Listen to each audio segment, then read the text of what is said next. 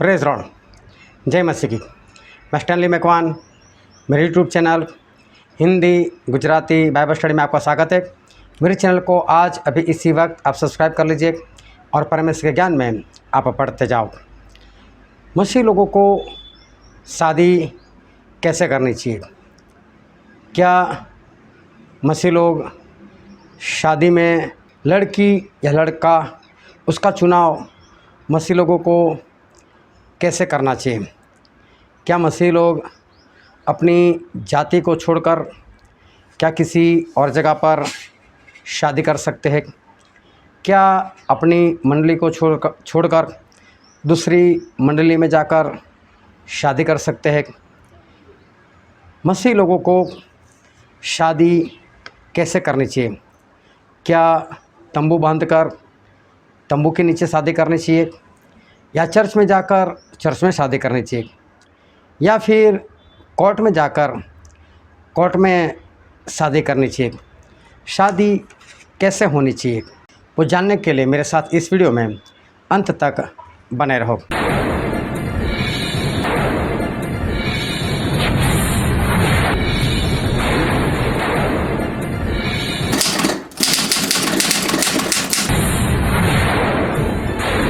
ये जानने से पहले कि मसीही लोगों को शादी कैसे करनी चाहिए, हमें ये जानने की ज़रूरत है कि शादी हो कैसे रही है। मैं गुजरात वडोदरा में रहता हूँ और इसलिए मुझे सबसे ज़्यादा यहाँ गुजरात और वडोदरा और उसके आसपास का जो माहौल है वही मुझे मालूम है, और मैं वही माहौल के अनुसार बात करूँगा। हो सकता है आपके वहाँ कुछ प्लस माइनस होता होगा, लेकिन आप ध्यान से इस बात को समझना, जो भी मिलता जुलता होगा उसके ऊपर ध्यान धरना। शादी ऐसे होती है कि जब लड़की या लड़का अपने परिवार में शादी की आयु तक पहुंच जाता है, तब उसके माता पिता वो छानबीन करते हैं और वो लोग क्या करते हैं कि एक दूसरे को, रिश्तेदारों को, सभी लोगों को वो लोग पूछते हैं। तो सबसे पहले ये जानने की ज़रूरत है, तो जब किसी घर में लड़की या लड़का वो शादी की आयु तक पहुंच जाते हैं, तब उसके माता पिता जो होते हैं वो अपने रिश्तेदारों में और मंडली में ऐसी जगह पर वो लोग बातचीत करते रहते हैं कि मेरी लड़की है, ऐसी दिखती है, इतना पढ़ी लिखी है, ये जॉब है, इतनी कमाई है, या मेरा लड़का ऐसा दिखता है, इतना पढ़ा लिखा है, और उनके ख़ानदान के बारे में बताते हैं। तो उसके अनुसार अगर आपको कोई लड़की या लड़का दिखे तो हमें ज़रूर बताना। तो इस तरह से पहले लोगों में बातचीत होती है। उसके बाद क्या होता है कि अगर कोई लड़का है, उसके लिए किसी के पास लड़की है, तो ज़्यादातर वो माता पिता एक दूसरे के साथ बातचीत कर लेते हैं। अगर लड़की के माता पिता को पता चला कि ये लड़का है, तो लड़के के माता पिता से बातचीत कर लेते हैं और फिर वो लोग एक मुलाकात तय करते हैं।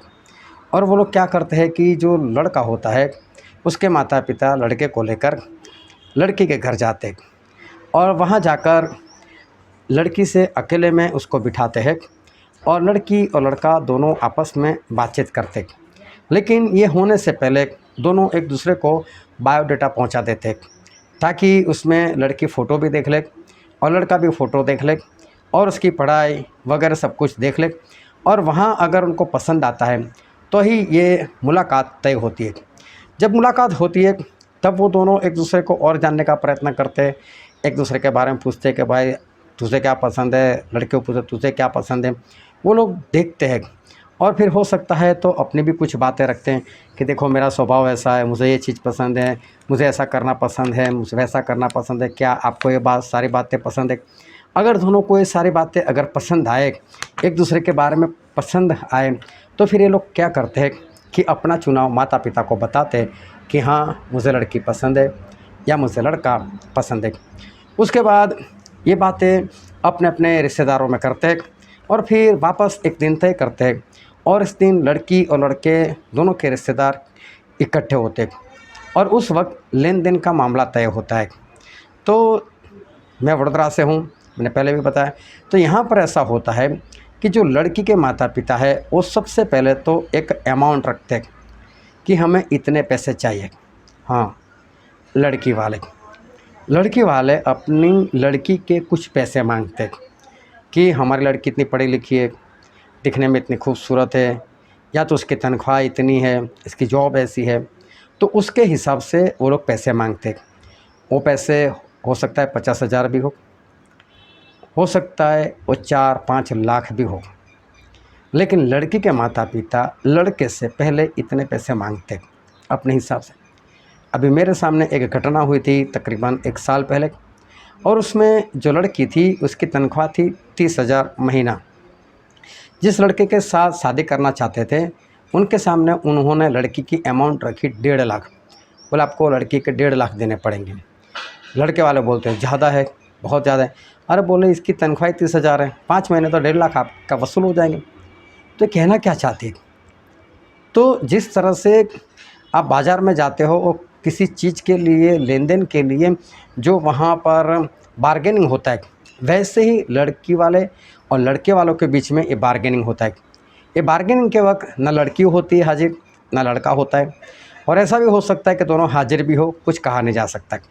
तो आमने सामने तय होता है कितना पैसा। ये बोलेंगे लाख, ये बोलेंगे नहीं 80,000, फिर ऐसे किसी अमाउंट के ऊपर ये लोग आकर तय करेंगे, ठीक है चलो इतना पैसा दे दो। उसमें से तकरीबन आधा पैसा तो उनको वही दे देना होता है, बाकी के पैसे जब बारात लेकर जाएंगे तब लड़के वाले दे देंगे।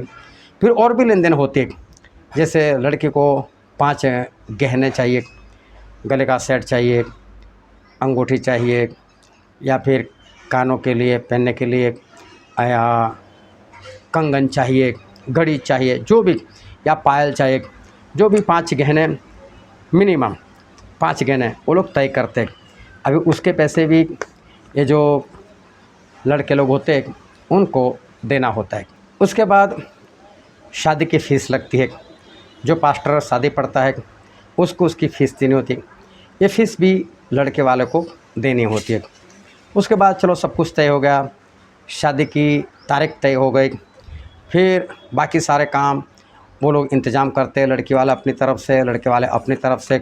लड़के वाले बारात के लिए सब तैयारियां करते हैं, किस किस को बुलाना ये वो, और फिर वो बारात लेकर जाते हैं। जब बारात लेकर जाते हैं तो वहाँ पर डीजे मंगवाते, और डीजे में फिल्मी गानों के ऊपर डांस, ये वो सब कुछ न्यूसेंस, वो सब कुछ वहाँ पर चलता है। फिर एक बात और आती है कि लड़के वाले के घर में और लड़की वाले के घर में जो उनका लड़के या लड़की का जो मामा होता है उसको कुछ पैसे अपनी बहन को, मतलब भांजे या भांजी के लिए देना पड़ता है, और कुछ पैसे मतलब बहुत ज़्यादा होता है। सोने के 1-2 गहने, कुछ कपड़े, काफ़ी कुछ होता है। और फिर उसके लिए एक मीटिंग भी तय की जाती है, और पास्टर भी आता है। सही में ये जो अवसर होता है उसको गुजराती में बोलते हैं मामेरू। और सही में ये देखो तो ये मसीह लोगों के धर्म में तो है ही नहीं, ये हिंदू जाति से, ये हिंदू जाति वाले ये करते हैं, ये उनका है, ये उनका अवसर है। लेकिन लोग उसमें से निकल कर आ तो गए, यीशु मसीह को अपना तो लिया, लेकिन ये बात अभी तक इन लोगों ने नहीं छोड़ी। और कई बार तो ऐसा होता है कि मामा की हालत ना हो तो भी कर्ज लेकर भी उसको ये सब कुछ करना पड़ता है। फिर उसके बारे में भी होता है, इतना देना था, इतना ही दिया, ये वो। फिर जो मामा होता है उसका जो जीजा होता है वो भी अपनी बहन से लड़ता है, तेरे भाई को देना नहीं आता, इतना ही दिया, ये वो, लड़ाई झगड़े सब कुछ होते हैं। फिर बारात में डीजे में फिल्मी गाने, उसके ऊपर डांस। फिर गुजरात है तो गरबा होता है, और गरबा देखो तो ये अन्य जाति हिंदू धर्म में अपने देवी के लिए आराधना करने की एक रीत है, वो आराधना करने के लिए गरबा गाते, लेकिन मसीह लोग समझते नहीं, और वो लोग भी गरबा करते जो परमेश्वर को थोड़ा भी पसंद नहीं। उसके बाद शादी होती है। अभी देखो उसके बाद बारात होने वाली दुल्हन को लेकर वो चर्च में जाते, और चर्च में पास्टर ऐसा बोलते हैं कि शादी परमेश्वर की उपस्थिति में हो रही है। अब मैं कैसे मान लो ये शादी परमेश्वर की उपस्थिति में? शुरू से लेकर आखिर तक कहीं भी परमेश्वर को कुछ पूछा ही नहीं, डीजे चला, फिल्मी गाने चले, गरबा चले, वल्गर डांस हुए, ठट्ठा हुआ, मस्करी हुई, और फिर चर्च में घुसने के बाद तुरंत परमेश्वर आ जाएंगे। चलो बहुत अच्छा हो, बहुत अच्छा हुआ। क्या वहाँ पर परमेश्वर शादी करवाएंगे? ऐसा कुछ नहीं होता। फिर खाना, रिसेप्शन, ये सब कुछ चलता है और इसको कहते हैं शादी हो गई। क्या मसीही लोगों को इस तरह से शादी करनी चाहिए? क्या मसीही में इस तरह से शादी होगी?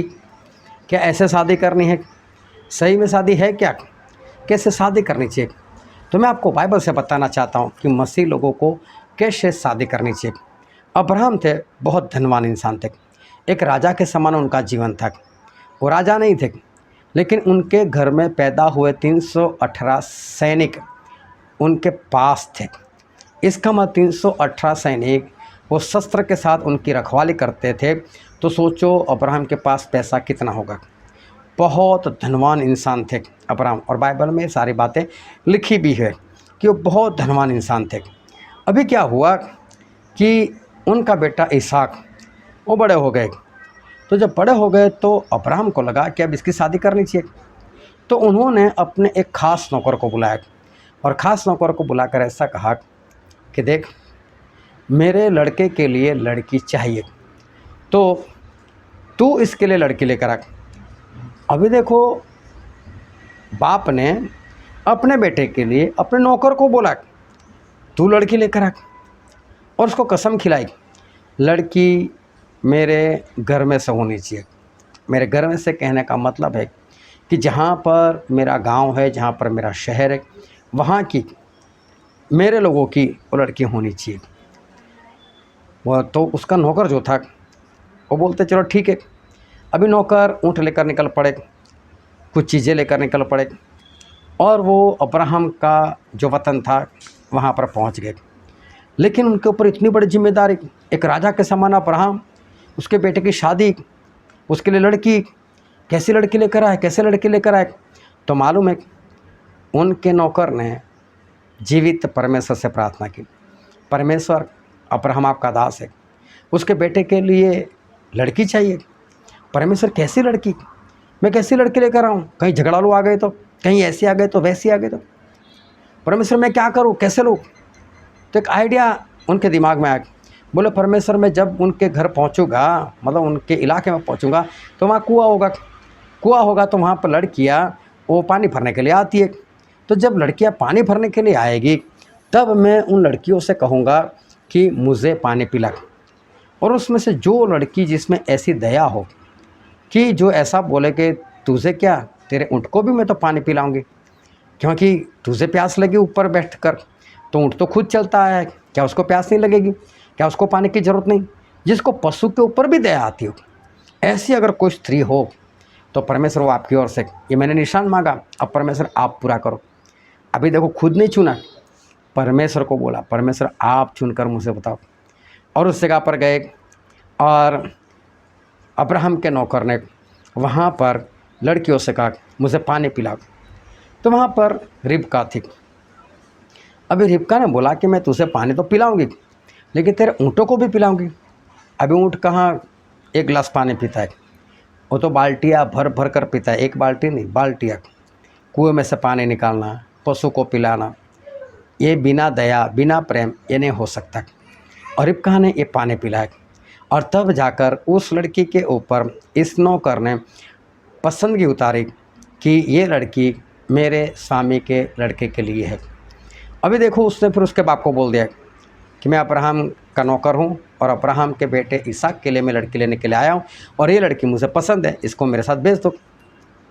तो उसके घर वालों ने ऐसा बोला कि कुछ दिन तो हमारे साथ रहने दो। तो बोला ऐसा नहीं, लड़की को पूछो, रिबका को पूछा। बोला हाँ मैं तो जाना चाहती हूँ, विदा करो। वो विदा होकर आ गई, कोई रोई नहीं, कुछ नहीं, बिंदास आ गई। जब वो लोग अपने घर तक पहुँचने ही वाले थे तो इसहाक वहाँ पर खेत में काम कर रहे थे। तो फिर उसने नौकर से पूछा वो कौन है? तो बोले यही तेरा होने वाला पति है। और फिर वो लड़की अपने पति के पास, मतलब इसहाक के पास चली गई। ना कोई टेंट बनाया, ना कोई डीजे, ना कोई रिसेप्शन, ना कोई खाना पीना, ना कोई लेन देन, कुछ भी नहीं। एक सिंपल सी शादी, 1 रुपया खर्च नहीं किया, एक सिंपल सी शादी, लेकिन हर बात में पहले परमेश्वर आपकी ओर से जो है वो मुझसे बताओ, क्या आज आप अपने लड़के के लिए, अपनी लड़की के लिए क्या इस तरह से लड़का या लड़की पसंद करते हो? क्या परमेश्वर से पूछते हो, परमेश्वर मैं नहीं, आप बताओ। आप तो अपना लड़का जैसा दिखता है, उसकी पढ़ाई जैसी है, उस तरह से आप लड़की ढूंढते हो। तो ये शादी नहीं करवा रहे, आप समझौता कर रहे हो, आप किसी के साथ जोड़ नहीं रहे, उनको इकट्ठे कर रहे हो, बस आपको साथ में रहना है। लड़की भी क्या देखती है, लड़का मेरे योग्य में है कि नहीं, मेरी जितनी पढ़ाई है, मैं जैसे दिखती हूँ, हमारा जोड़ा सही है कि नहीं, हमारी आयु एक साथ है कि नहीं। परमेश्वर वाली बात बाजू पर, खुद की बात देखते, खुद तय करते, और फिर पास्टर बोल देता है कि हाँ परमेश्वर ने जोड़ा, इसको कोई जुदा नहीं कर सकता। अरे खुद जुदा हो जाते, कितने डाइवोर्स आज हो रहे। क्या इस तरह से शादी आप करते हो? आपके घर में क्या परमेश्वर की पसंद की लड़की या लड़का आया हुआ है? आप किस तरह शादी करते हो? क्या जो परमेश्वर की निगाह में सही नहीं है, ऐसी परंपराओं से आप शादी करते हो? क्या डीजे, गरबा, डांस, फिल्मी गीतें, ऐसे में आप शादी करते हो? सही में शादी कैसे होनी चाहिए? आपने सब कुछ जाना है, इस वचन को ग्रहण करो और शादी किस तरह से करनी चाहिए उसे मानो और उसी तरह से करो। परमेश्वर आपको आशीष दे। आमीन।